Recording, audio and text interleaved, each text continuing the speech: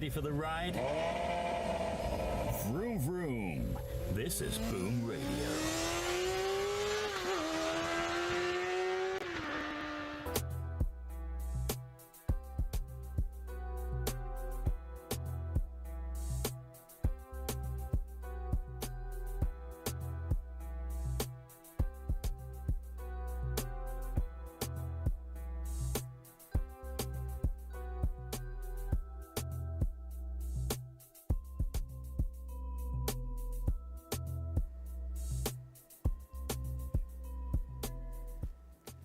Good day and welcome to the Boom Bar on your Boom Radio NG. Thank God it's Wednesday, right? It's Wednesday now. I'm not sure anybody has really said that, so I'm saying it. Like, it's Wednesday. Okay, so anytime anybody else does it, I did it first. You know, people know now.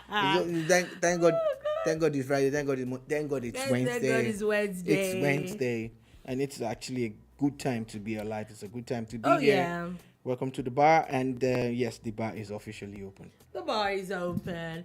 And it's a very interesting day today in especially Nigeria, as there are nationwide protests going on at the moment. The Labour Congress, Labour unions around the country are protesting the fuel hike, the fuel price hike. It's something really. Let's not even lie. It's actually something. So there's a lot of stories around it. We're going to be looking at the offshoots of it, some of their demands from state to state, what the national body wants, reactions, what the presidency or the federal government generally has said about it. Definitely we'll get around to it as well. There's a lot of conversations here and there. There's a conversation that I think we had left the bar yesterday when it happened. The plane that fell, like smack dab in the middle of the road in around the Ikeja, Lagos State. There's been a few updates on it, and investigations are ongoing. We're going to be getting to that as well. There are a few updates about the Niger Coup, and there have been different things from Nigeria to West Africa to even European countries. We're going to be getting to that and talking about that. There's also some people that decided to, be leaving an engine for about 14 days. We will get around to that. And of course, FIFA Women's World Cup updates. Very, very, very interesting times ahead with this World Cup. Because a lot of people are going home. A lot of very there's a lot of surprising names, especially since yesterday. There's been a lot of games that have so at this point it's safe to say nobody is safe. You never know whose game it is as we go on. So that and a few other things are things that we're going to be talking about today on the bar. So sit back, relax, and let's get right into it. That's what it is. So, very interesting. We're starting today's show with the nationwide protest by the NLC. For if you're not in Nigeria, you're not Nigerian. The NLC is the Nigeria Labour Congress, and then the TUC as well as the Trade Union Congress. Those are basically the major trade unions we have in Nigeria. And they seem to be going on with the threats, with the protests. Now, I have a question, though, before we even go on. I thought it was supposed to be protest and strike. I'm guessing they're starting with the protest first. Well, what was the injunction about? It was about a strike. So maybe that's why they're sticking to a protest. But if it's about protest and strike, we'll see how it's going to play out, because they obviously know what they want. They obviously know what they are, inching, pining for. Yeah. So you just never can tell. So, but yes, the protest has commenced in different parts of Nigeria today. Okay. Now let's get right into it. Yeah. So one of the demands. Maybe we should start from what they actually want. Okay. Now, some of the demands from the national body is that they want 200,000 naira as minimum wage. Okay. As the national minimum 200,000 naira. Yes. All right. As the national minimum wage. Yeah. Let's even start from that angle, and then if we go right into it and we say that they're asking that the federal government should revert the fuel price to 185 naira, and that they're asking for a price change of about 185. That they should revert to 185 naira and still get a 200,000 naira minimum wage. Okay. All right. The 200,000 is supposed to be because of the fuel price hike, which is as a result of the subsidy removal. That's what I don't understand. Yeah, but carry on. So I don't understand the point, because if you want to get money because of fuel hike, why do you want the fuel price to return, meaning that Nigeria has to automatically revert to paying fuel subsidy? So if Nigeria goes back to paying fuel subsidy, where is the money for the 200,000 naira minimum wage going to come from? Since they won't be paying the subsidy anymore, then the workers will now be collecting 200,000.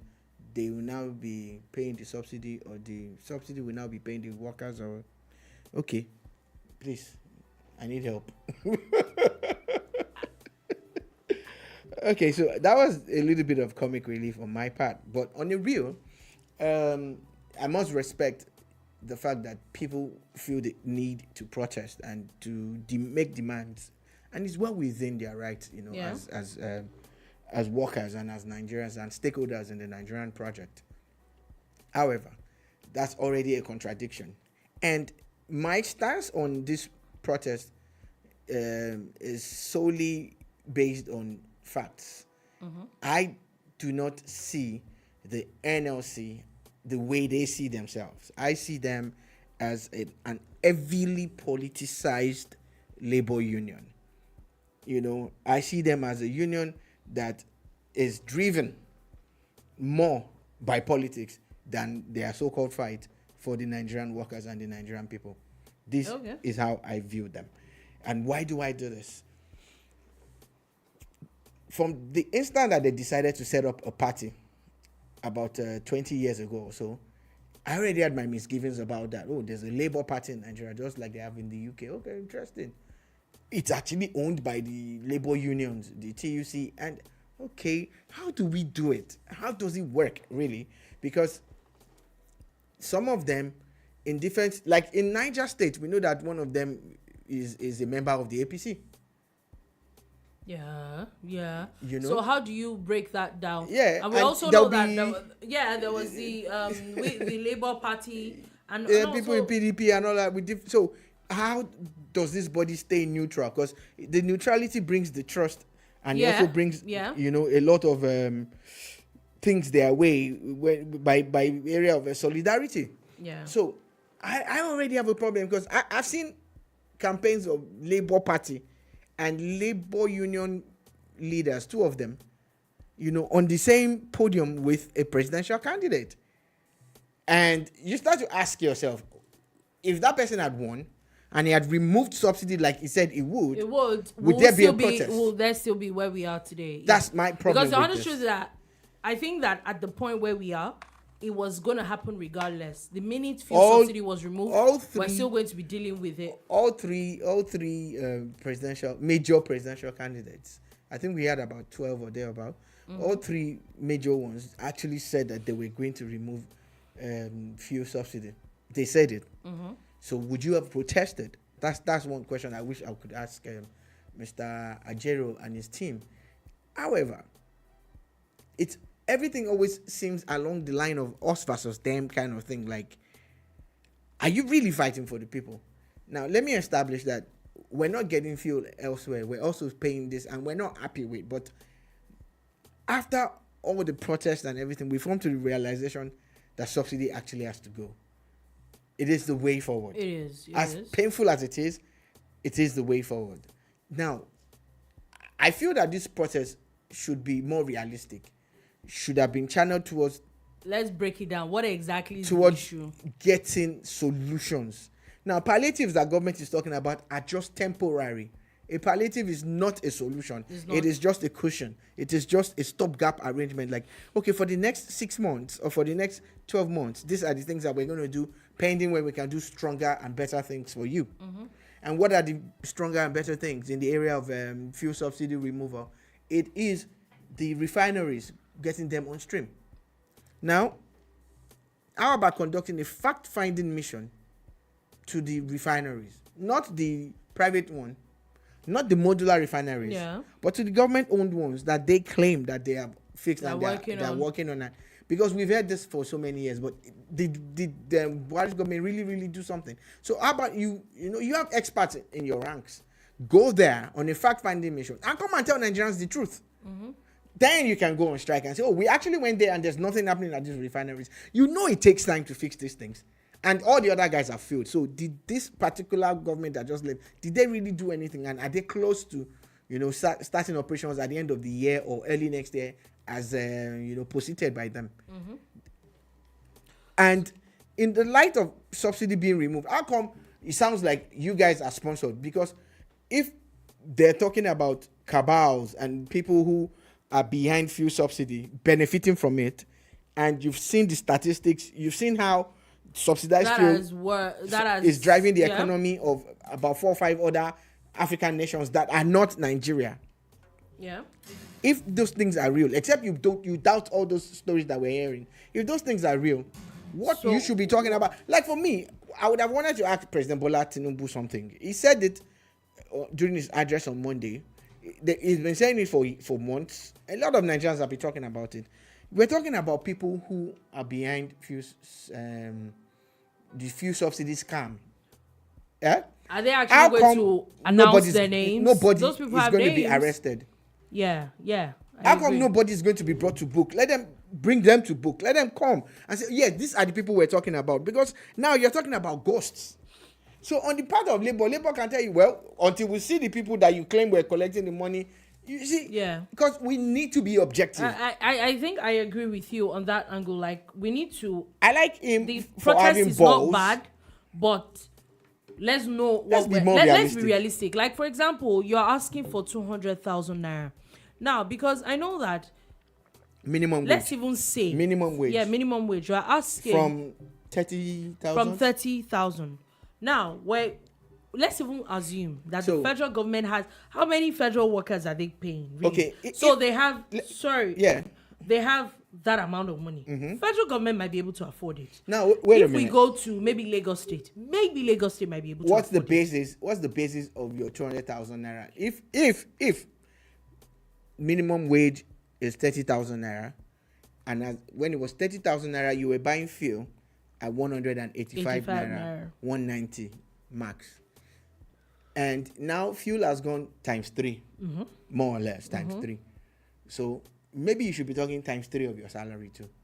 Or that's 90,000. Yeah. Not 200,000. No, this is me, my opinion. I'm saying that if that is what you are protesting about then let it be more realistic. So being realistic also from my own angle is even a different angle. And I'm saying, well, I'm not even sure there maybe 1 million they are up to 1 million federal civil servants.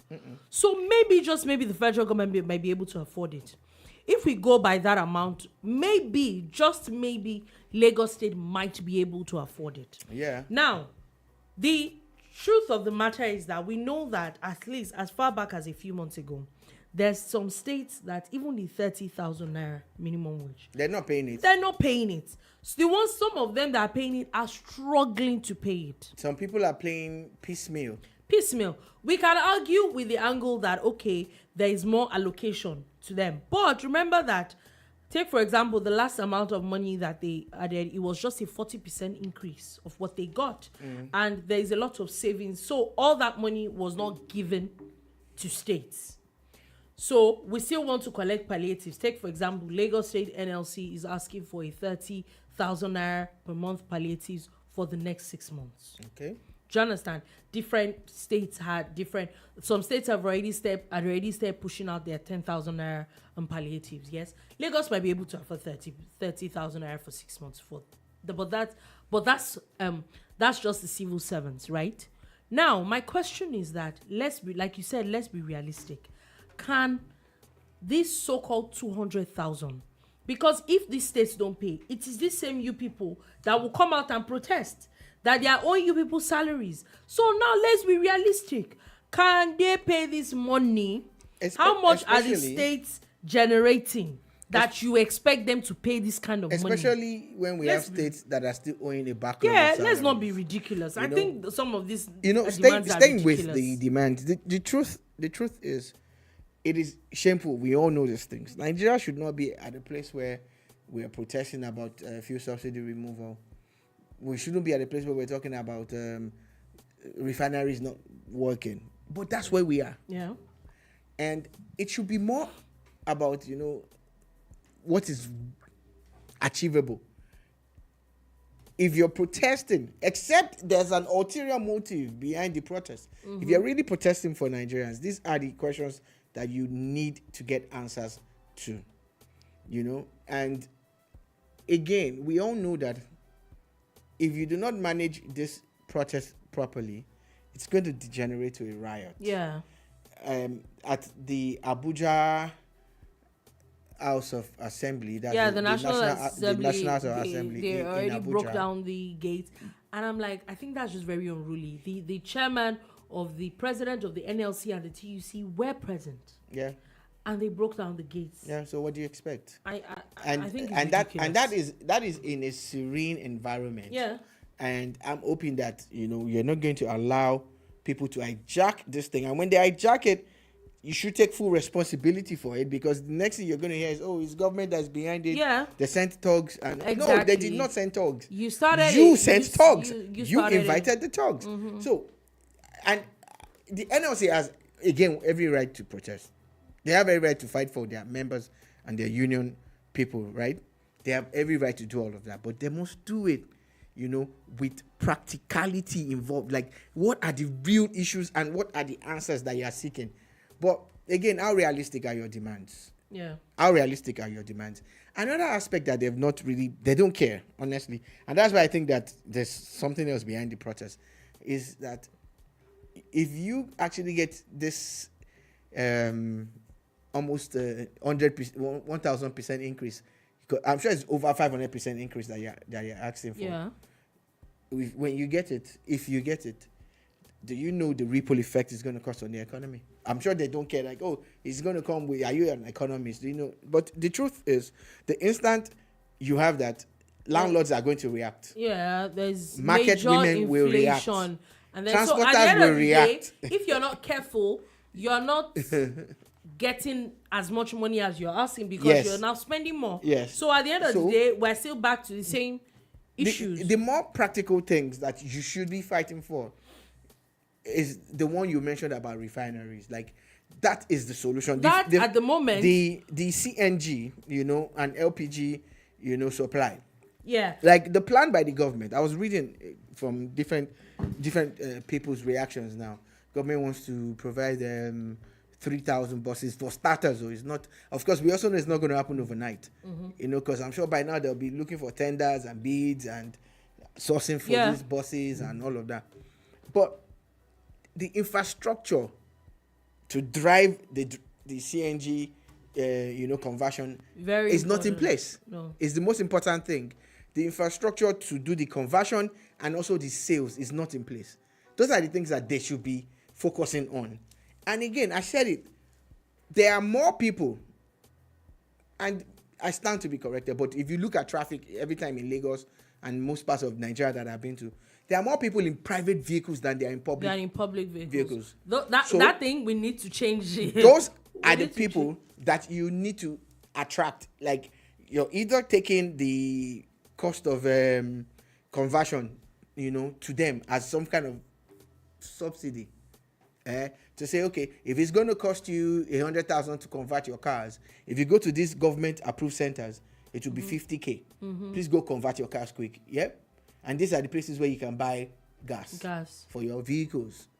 Those are the actions that I think the government should be taking that is going to have an immediate effect. Because it's not everybody. Some people in Lagos have never entered BRT. I haven't. Some people, yeah. So, Actually, I haven't. so if you like, go and bring another 100 BRT buses, they still won't get on them. You know, but again, I keep saying it. You need to do that segment by segment, you know, reach out. Like segment by segment marketing, where you're talking to the operators of Uber and Bolt. And yeah, those are like, they move. There's a large chunk of people that Okada riders, you know, the keke riders, the bus drivers. You speak to them also, and all these are the people that you should be targeting. And that's a huge market right there. There's a huge number of people at the same time that you can attract. So even the oil and gas people should be, because that's why they call it the oil and gas industry. Nigeria has enough gas to last for over 500 years. That's it. Then talk about decarbonization. With gas, it is better. It's better.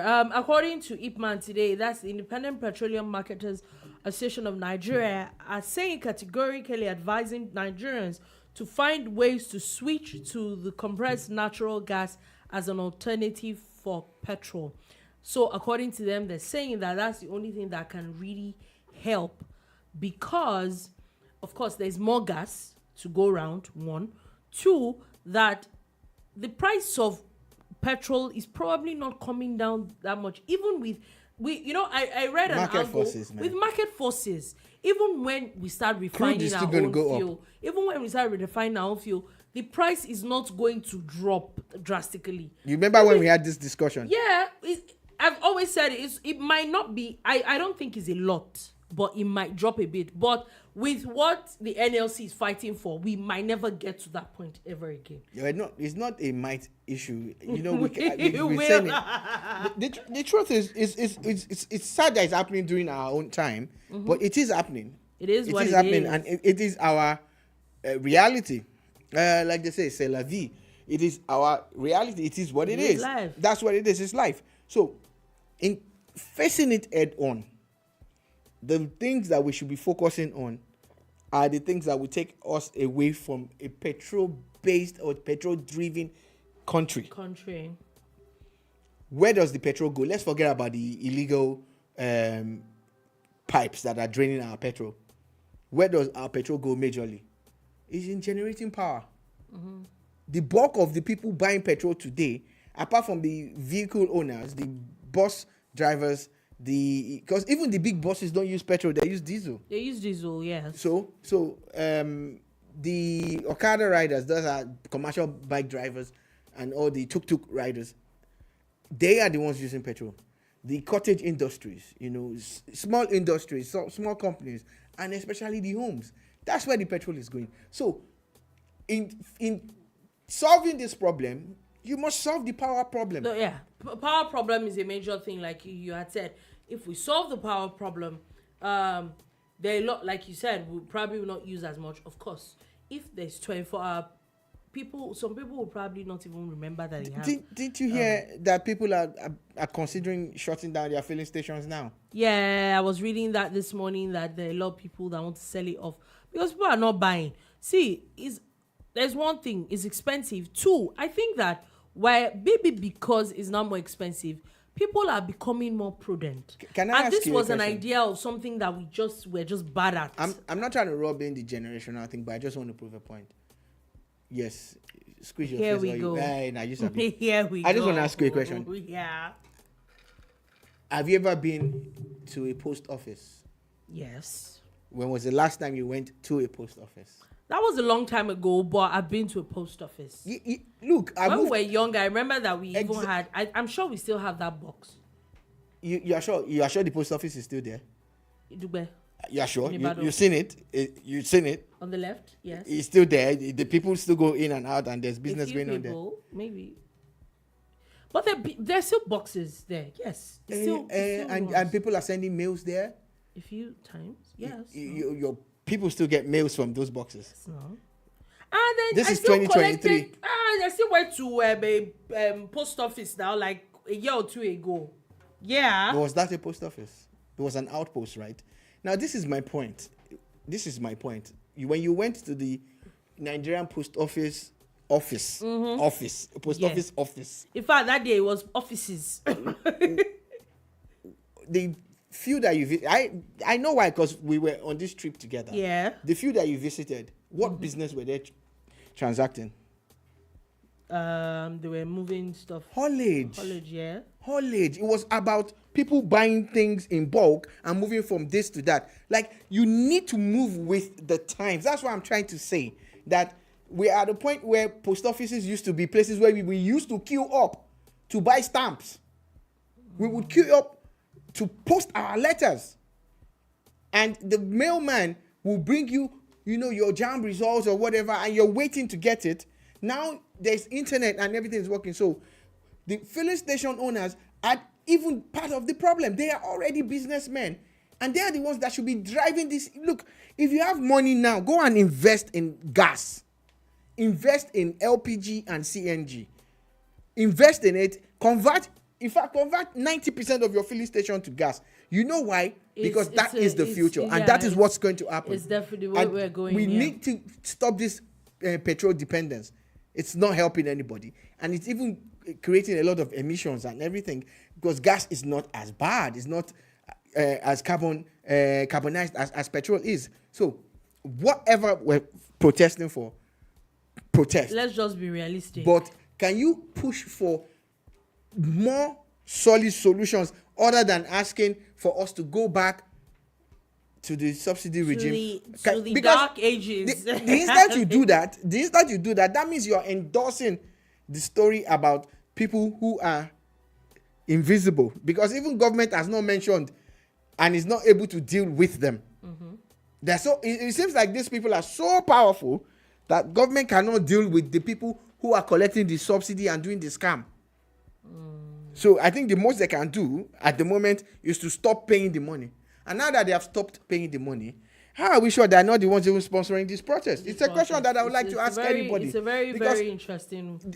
I'm sure they didn't see this thing being cut off the way it was. And it's been 2 months. It's hellish. I'm not going to lie. But let us start the drive to a more affordable, source of power, while asking them, fix our power. Fix our powers. If you go out, we saw a Tesla now on Third Mainland Bridge that was being towed the other day. He probably didn't remember to charge his battery well. If you can afford to buy a Tesla, Baba, if you do charging point for house, you can't. Where you go charge your car well. Now the Lagos State transport system started using a couple of electric buses about 2 months ago. And we've not heard about a single one breakdown on the road. So it is doable. It is not impossible. Now, the cost of getting into electric vehicles is high, but the savings are better on the long run, because now all those buses would not require diesel. The kind of maintenance that they require is different, and it won't be as expensive. And these are the things that we should start looking at. The truth is that with even maintenance, we know that the carbon buildup that happens in cars alone because of petrol, we won't have as much. So automatically, you will not use as much. Noise, carbon, everything is reduced. Is reduced. So it's a no-brainer. It definitely is a no-brainer. Please protest. We don't know when the NLC protest is let going your to protest end. be about more practical solutions other than asking for you want them to revert to 185, and you also want them to increase minimum wage. So pick one struggle. Anyway, still talking about at the moment, I feel that the NLC just needs to be careful when it comes to protests. Everybody is on the edge of their seats. Immediately after the NSAS protest in 2020, if I'm correct, yes, 2020, everybody has been on the edge of their seats since then, security agencies and all that. So I would not want a situation where the security agencies would abruptly shut protests down, because it's everybody's right, but at the same time, we need to do things carefully at this point. That's where I'm just coming from. And then please be realistic in whatever it is that you're doing.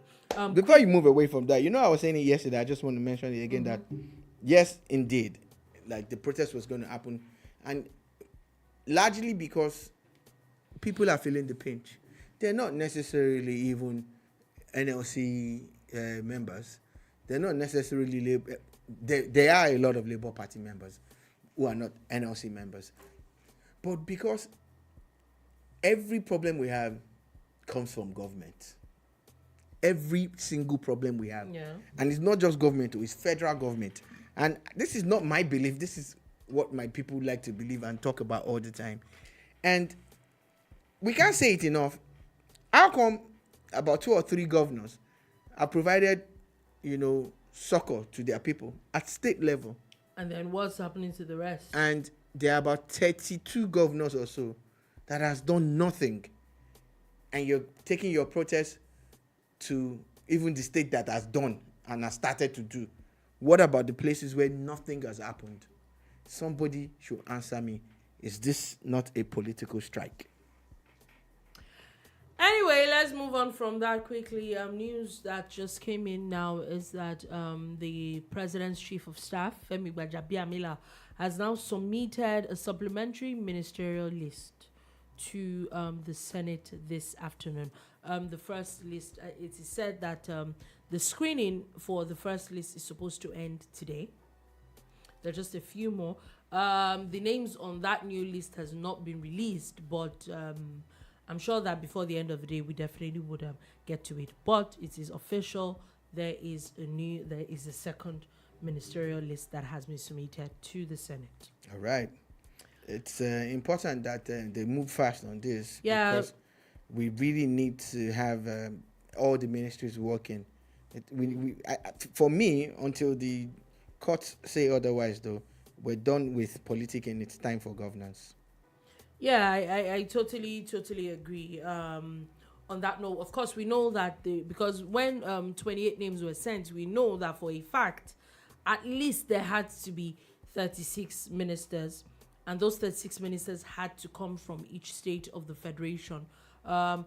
Fortunately and unfortunately, there had been even some states that have gotten 2 names already, and some hadn't gotten at all. So it was very interesting where you're wondering, like, okay, what's happening at the moment? So, but now I think that we are going to be, there's still interesting times ahead. There's been a lot of drama coming from the screening. Some people, discrepancies in some people's details and what's it called? Yeah. And credentials. And with that, we definitely will see. There's another one, very interesting one that is brewing about someone's NYSC issues now. I think whatever it is that, I like the fact that everybody's asking these questions now. Not that after 2-3 years into that's when the story of somebody's NYSC, what's it called, to come out. I think we don't want that kind of drama. Yeah, again, one of the issues that I always have with all of this drama is that shouldn't the people who have screened them have found all of these things out and knocked them off the list? The person who has nominated them would have done his due diligence to a large extent. You get. But there looks like there'll be of discrepancies. Sorry? There'll be of discrepancies here and there. That's what I'm saying. Why should it be? Why should it be? What's the essence of the screenings and stuff that are done? Security agencies, what did they do? It shouldn't be, because we just need governance to start. Look, it's 2 months after a president has been sworn in and we don't have ministers working. And yeah, they say that the ministers are supervisors, but if you have a minister that is a good supervisor, you would feel the impact in whatever ministries that they are assigned to. And especially at a time like this where there's a lot of crisis. Again, I make no excuses, but these are facts. This is a global thing when it comes to, the hard life that everybody's experiencing. Someone made a compilation of people in saner climes, more or less. There's a lady that was actually crying at a filling station while buying fuel. I saw a video of her just like, and I'm not going to lie, I can relate now. When I used to talk to people who were living abroad then, and we're talking about fuel scarcity or the cost of fuel, and someone says they spent X amount, then I do a quick conversion, and it's 90,000 naira. I'm like, why now? That 90,000, me, I can use it for 2 months now for full tank every week. I share our own was coming. Our own is here now. Oh my God! Let's look it's for crazy. solutions. It definitely is crazy. The world and Nigeria in particular must move away from petrol completely, honestly, and move to gas. Exactly. So and batteries, and solar. And let's move on from that quickly. And the news coming today is that there's a meeting in Lagos State today. Sorry, in Nigeria. And it's a meeting of defense chiefs of ECOWAS states. Yeah. And of course, it's about the Niger issue. We know that Niger has been having, there's been a lot of drama since yesterday. I think Burkina Faso and Mali had put out a statement talking about that they're on the side of Niger, and that anybody that goes into Niger and all that they're declaring war against those people. And all that. There's been all that drama, and everybody's asking, is there going to be a war? Is there going to be, I'm sure at this point they need to tread carefully, but there definitely is an ECOWAS Defence Chiefs meeting happening in Nigeria. Yeah, a lot has been said. And at times it makes me want to laugh, especially when we don't really look at the facts on ground. Burkina Faso, active personnel, they have 12,000 people in their army. Burkina Faso. I don't understand. The whole country? No. The entire military is 12,000. The entire country? Military for the country. That's what I'm saying. The entire military is 12,000. It's 12,000. Okay. The breakdown is that there are 7,000 soldiers. They have 7,000 in the army. Mm-hmm. They have 500 in the Air Force. And the gendarmes are 4,500. This is as at 2022. You get 5. Okay. There's a reason why I brought that up, because I've read a lot about people's reactions. Now, let me first say that I do not support war, but again, let us always respect ourselves. And you don't have to always put your own country and your people down all the time. Mali's army, they're ranked 110 out of 145 of the countries that were considered, to check their military strength and firepower. You get. And let's talk about Nigeria alone, because Nigeria is not the only ECOWAS nation, but let's talk about the Nigerian military. 223,000 personnel. That's what Nigeria has at 2022. I'm not going to go, because look, you really don't need to like Buhari, but what he did for the Nigerian military, no Nigerian president has done it. Never in the history of this country. Never. The Nigerian military, globally is ranked 36th in the world and 4th in Africa, collectively, as the entire military. Then if you break it down to army and air force, you see that in some places Nigeria is second, in some places Nigeria is third. Do you get? So Mali and Burkina Faso, Abi, and then this Niger. So a country that is ranked 36 out of 145. And then there's still the rest of the ECOWAS countries. I've not added Ghana and the rest though. And a country that's ranked 110 is saying that if you go to one place that they're going to join and do what, sir? On Tony, you guys are joking. It's like Super Tucanos need to be brought up. If you go into this thing and we really go into a fight, it won't be a walk in the park, but trust me, Nigeria will finish these people. And I do not want war, I repeat. But I've seen a lot of Nigerians say things on social media. I'm like, have you even looked into the strength? Or just do a Google search, look for a credible site and check before you start to put down your country. Check. Ranked 30, 35, 36 on different, ranking sites. We're talking strength. We're talking over 220 personnel. Now, the one way we know, the military is our military day where we get where we feel sent. Where we feel sent. Not your... They are military too. Then we will now go to Edo State, where we have Air Force. Hey. We're moving on. Hey. We're moving on from that. You and I don't know what you're talking about. Hey. I do not know what you're talking about. My brothers and sisters were doing Niger Coup. I don't know what at this point. I have no idea. So, but what is definitely not the answer. But please stop putting down the Nigerian military. Please don't do it again. They are not your mates. I beg. They are not your mates. I beg. Let's know what we are doing. Anyway, let's move on from that quickly. And I don't know where we should. What time do we have? You know what? Let's do sports a little bit before we go back to the rest of the story. So that now, first things first, the FIFA Women's World Cup. Mm-hmm. See, anybody that does not respect themselves at this point, you can just be bounced at any time, any day. Now, let's talk about games that happened today. Sweden defeated Argentina 2-0. South Africa defeated Italy 3-2. France defeated Panama 6-3. Honestly, I don't even think it was a bad outing for Panama, because for you to get three goals, it's not a it's a big deal. It's a big deal. And Jamaica and Brazil played 0-0. That's the last of the round of 16 games. The last group games are happening tomorrow with Morocco and Colombia and South Korea versus Germany. Now, if we now go to the standings, we know that up until Group D, we know people that had qualified. As of today, we know that Group E, also Netherlands and the United States had qualified yesterday. Today, France and Jamaica qualified. In that group, you would have thought that maybe France, because that group has France, Jamaica, Brazil, and Panama, you would have thought that it was going to be a France and Brazil kind of thing.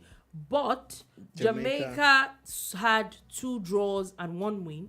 Brazil had 1 win, 1 draw, and 1 loss. Yeah, and there's a story somewhere of how Jamaica virtually had to beg for money to come to this tournament. They had to do some GoFundMe and all sorts of things. So, of course, people were not expecting so much from them. Yeah, I guess. And now they qualify ahead. They qualify, meaning that you're getting more money. Remember that now the players monies are getting paid directly. So, come on. Yeah. Another very interesting set of people that are not moving on to the round of 16 is Italy and Argentina. Yep. In the Group G, Sweden and South Africa are qualifying, as Italy lost 2 games, won 1 game. Argentina lost 2 games and drew only 1. Yeah. In that group, Sweden won their 3 games, and it's a very interesting set of games that we're seeing. Like I felt that it was going to be a very difficult but the fact that, honestly, when I saw this group, I had written off South Africa. But remember that we said it that they are supposed to be the best in Africa. Was it here I said it, or I don't know, it was on channels that I said it. Yeah, they are supposed to be the best women's team in they beat Nigeria recently. Yeah, they did. Even in Lagos, So I'm glad that South Africa has made it to the next round, because it would have been very sad for Africa's finest and Africa's best to crash out. Actually, Nigeria is the best women's team in Africa. By what now? These guys beat us in Lagos. Still by stats and by FIFA rankings. You're going by pedigree. Oh, we've won. No, by FIFA rankings. We've won more. The latest FIFA rankings. Nigeria Super Falcons are the best in Africa. Thank you very much. I hear you. Stay there. You don't even support that team more than me. But the reality is that the South Africans have the best women's team. They have the best women's structure. They take care of their women. Their league is the best women's league in Africa. Everything about women's football in South Africa is better than Nigeria. I'm a Nigerian, and I said it. Sue me. Sue me. Anyway. Does that mean I don't support the Falcons? No, I do. It's the administrators that I have a problem with. So as it goes now, there seems like there's obviously a lot of surprises at the Women's World Cup. You should actually check it out. It's very, very interesting. So I do not think at this point anybody should be written off. it is anybody's game as the game progresses right now. So moving on from that quickly, Sadio Mane has officially left Bayern Munich and he has now moved to Saudi Arabia club Al Nassr, where he will be playing with Cristiano Ronaldo. We know that Saudi Pro League is doing a lot, that they want to shell out a lot of money for a lot of people. There was Mbappe, then there is Victor Osimhen. You know, everybody, they shall want to come. I'm not sure that they're there yet. When they hosted the World Cup, the boxing championship fight between AJ and was Andy Ruiz and the rest of them, and they're still trying to host more. There were articles that were written about sports washing and how Saudi Arabia was using, their funds to use sports to, clean up their image of God knows what. This was written by the Western media. But this has gone past sports washing now. This is just shelling out money. This is just pure madness. Like, they're just shelling out money. They are doing the impossible. Like, the quality. You see, a lot of players will go to places like Saudi Arabia when their career is over. But now, they are. I look at the players that a few weeks ago were playing for Liverpool. A few weeks ago were playing for Man United. A few weeks ago were playing for Man City. Do you understand? Those are the quality. Bayern Munich, the players that will still play for any of these top teams are now going to play in Saudi Arabia. We're talking money. If they manage this thing well, money, it will rub off. It will rub off on their football. It will rub off on their football if they manage it well and allow the local boys, the home-based boys, to blend and mingle with the stars that they have brought. Let it not be. Look at China; they couldn't sustain it. China did something similar, and maybe 1 or 2 seasons, the people were even begging to leave. I feel that if you're not careful, if they don't do this well, so we're going to end up with the same thing. So and maybe they actually need to study what some leagues, what the Premier League, English Premier League, what the Bundesliga, what the Ligue 1, what they've done to sustain the Serie A, what these very popular leagues have done to sustain it over the years. Maybe it's not a rush thing. They're not going to get a chance to. They're not going to get a chance to play, anything other than the Saudi League and maybe the Asian Cup or something, but it still won't be as glamorous as the Champions League. And those are the things that they should be looking at. But in all, shout out to all the players who have gone there to get their money, and I hope that the quality will still be there. Anyway, moving on from that quickly, the Nigerian Safety Investigation Bureau has now said it's launched an investigation on the accident where a Jabiru J430 light plane crashed in the middle of the road in Ikeja, Lagos. That is very, very scary. This happened around 3 p.m. Very, very, very scary incident that happened yesterday. So it looks like there's an investigation going on. It was a private plane, so you wonder, like, okay, what was that? Because the first thing that popped in my mind was like, oh, is that another military plane or something? But we definitely will see how all that drama goes. Now, moving on from that quickly, and I wanted to talk about also for a few people, we know that from in Niger, France had been trying to get their citizens out. So there's been a few people that have landed in Paris. Interestingly, a Nigerian is actually one of the people that have moved out of Niger now. I think that at the moment, with all the tension that is going on, a lot of countries need to move their citizens out. Sadly, I think that a lot of Nigerians are most likely going to migrate into Nigeria. It is not as easy as people make it sound. How many French people live in Niger? I'm not sure they're up to 2,000 of them. How many Americans are there? I'm not sure they're up to 5,000 or 10,000. But what it is for a country like Nigeria, we share, at least 5 or 6 Nigerian states share a common boundary, with Niger. So it's very Republic. Easy to just pop in. The Boko Haram insurgency and all the issues there has even seen Nigerians go and stay on that side of the border. While they also have they have economic migrants. You know, there are a lot of Nigerians who are in Nigeria, in as far as Lagos and Abuja and different parts. Every part of Nigeria. They're actually very hardworking people. They're, earning their pay on a daily and all of that, or monthly, as the case may be. Mm-hmm. So that has happened without any war. What happens when, the military option is taken? Now, a lot of people should also relax. They are not saying that they want to go to war with, the Nigerian military. What ECOWAS is saying is that it's an option that is on the table, which means that, they're still going to look at the non-kinetic approach and still going to have a lot of discussions. Again, what people need to realize is that this is a dangerous trend. There are talks of some unrest in one or two other African countries as we speak. So there's a trend. Remember we talked about... Yeah, there is a trend. I was saying... Burkina Faso. Yeah, there's Mali. 16 in countries of the world. There's 16 countries that are under the military rule where... what's it called now? There's been coups and all that. Out of that 16, there are 15 of them in Africa. So out of that 15, I think there are about 5 or 6. There are about 5 or 6 in West Africa. So yes, I agree with you. It's a very, very dangerous trend. And I think that for now, this is when ECOWAS and the AU needs to put a stop to it. They need to find a lasting solution to it, and it needs to stop. Moving on from that quickly, 4 Nigerian stowaways managed to survive a 2-week trip across the Atlantic, where they said that they've now found these 4 people.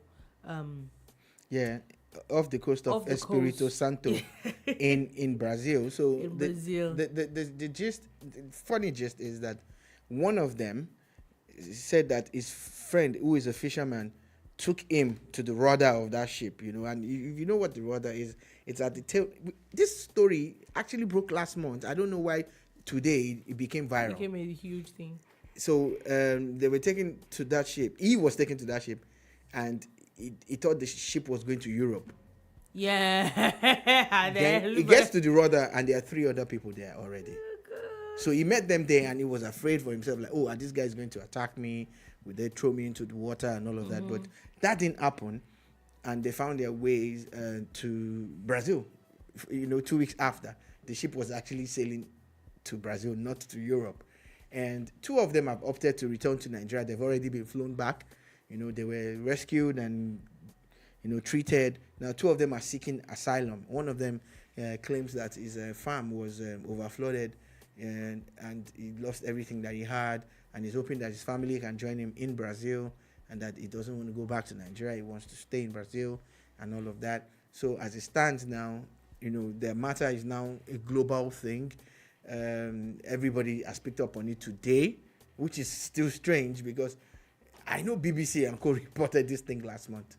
Yeah. Anyway, that looks like that's what is happening now. And then. But please, I think people need to be careful. Because a lot of people have died. A lot of people have died trying to. What's the word now? This one, they're even like in water. Like the rudder is at the back. It's. They said it was hard to sleep. Because of the sound of the engine and everything. It's really dangerous. Please don't try it. It's a very dangerous thing. I totally agree on that matter. Quickly, wow, okay, we're almost out of time. Now, it's a very sad incident happened this, I think, I'm not sure if that happened today or yesterday, where now the Nigerian Medical Association Lagos chapter has directed all workers working with 3 government hospitals on Lagos Island to begin an indefinite strike. Why are they striking? This is over the death of a colleague. What happened to her? She got stuck in the elevator of a hospital, the General Hospital Odon, Lagos Island, where she was stuck there for about 40 minutes before she was rescued. Then there was now no blood available to use to resuscitate her, and she died in a government hospital. So now they're saying that obviously is because there isn't enough facilities and all that, and that's what caused the death of the colleague. Yeah, it makes sense. A lot of people have been talking about how they had complained about the condition of the elevator. We like to call it lift, Abby. They complained about it for months and nothing was done about it. That's one story. That speaks to incompetence. It speaks to a failure of management. Yeah, where is the CMD of that hospital? You know, so some people need to be arrested. From the maintenance officer to the CMD to the minister. Oh, sorry. To the commissioner. Sorry, they don't have commissioner yet. Okay. But still, see, I don't think that PSU, all those things are far. What's the CMD? I'm the not people done. That work there. I am not done. And to the governor of the state, everything, the bulk finally rests on your table. Like if they had performed one kind of magical surgery and they had done some miraculous thing in that hospital, the governor will be there beaming from ear to ear saying, this happened in my state and it was because of the things that we made possible. Now, someone who shouldn't have done, another avoidable death has happened. You know, smack that under the noses of government, and it's a shame, you know, that Lagos State would look for a way to wish this away, but they can't. This has happened, and it is a doctor that has died, and I am really, really in pain. It's very sad. Thinking about how excruciating this must have been for someone who only went to save lives. Then she it's a lady, right? Yeah. She Dr. Overi or something. I don't know how to pronounce her name. I don't know how to pronounce it. I don't want to destroy the name. You know, so my condolences to our family, but this is a shame and it's disgraceful, and Lagos State government should cover their faces in shame and go and fix these problems. How come there's no blood in your hospital? How come your lifts are not working? I'm like, how? You know, the one that amazes me. Fifth largest economy. What was that thing that they always say? You come and tell me that you are this. You come and go to bed and maybe get all your entitlements as a CMD of a hospital, and you don't have a functional hospital. Because it's comfortable now. You see, that's the problem. Make any sense. You see, it's just like the day I agree. they're able to outlaw all these private planes and they make sure that every politician drives on the road. That's the day our roads will be fixed. Yeah. If the CMD was going on that lift, if he was going to that 10th floor or whatever floor they said the lady was on and she got stuck, if it was a place that he was going, he would have fixed it. He would have fixed it. I agree. He would have fixed it. I agree. You know, and they go and take care of themselves. They have executive offices. They have brand new cars and they have all of the security. But the people who are doing the job are suffering. And we're supposed to clap for you and say, hey, we're supposed to bring police. You know, it was a mistake. It's not. No, it's not. You just killed an innocent person. Somebody died. No, there's no mistake in and you say doctors should not jackpot. Okay now. Now, I hear. Talking about this, before we go quickly, the Nigerian Breweries have announced a price hike in the price the things of their that beers Labour should protest. They will not protest. They have not announced it officially. It is a leak. Someone said that they are going to increase the cost of beer. You have not even let me finish. I don't want you to finish. Now, in that light, where some people are probably relieved from the effects of this, Yobe State has arrested 92 people, and they have destroyed 22 cartons of liquor. Liquor is that expensive, oh. See, don't let us be. See, Yobe State is not even. They are not even smart. All you could do is seize that thing and sell it to states. Sell it to states that don't mind. You will get. Liquor is expensive, oh. When they share VAT, they collect inside. I'm just saying. You collect inside, but now you destroy the alcohol. Meanwhile, Nigerian Labour Congress, this is a plea on behalf of my brothers. If you people want to protest subsidy removal, which is very important, you must also protest. If they increase the cost of beer, people will go and be drinking what they should not drink. Let them not. You have to protest that. Everybody will be fine. Anyway, on that note, that is all we'll be able to take today on the Boom Bar. Thank you for listening. Thank you very, very much for watching. We'll be back again tomorrow at 3 p.m. West African time to give you another wonderful edition of the bar.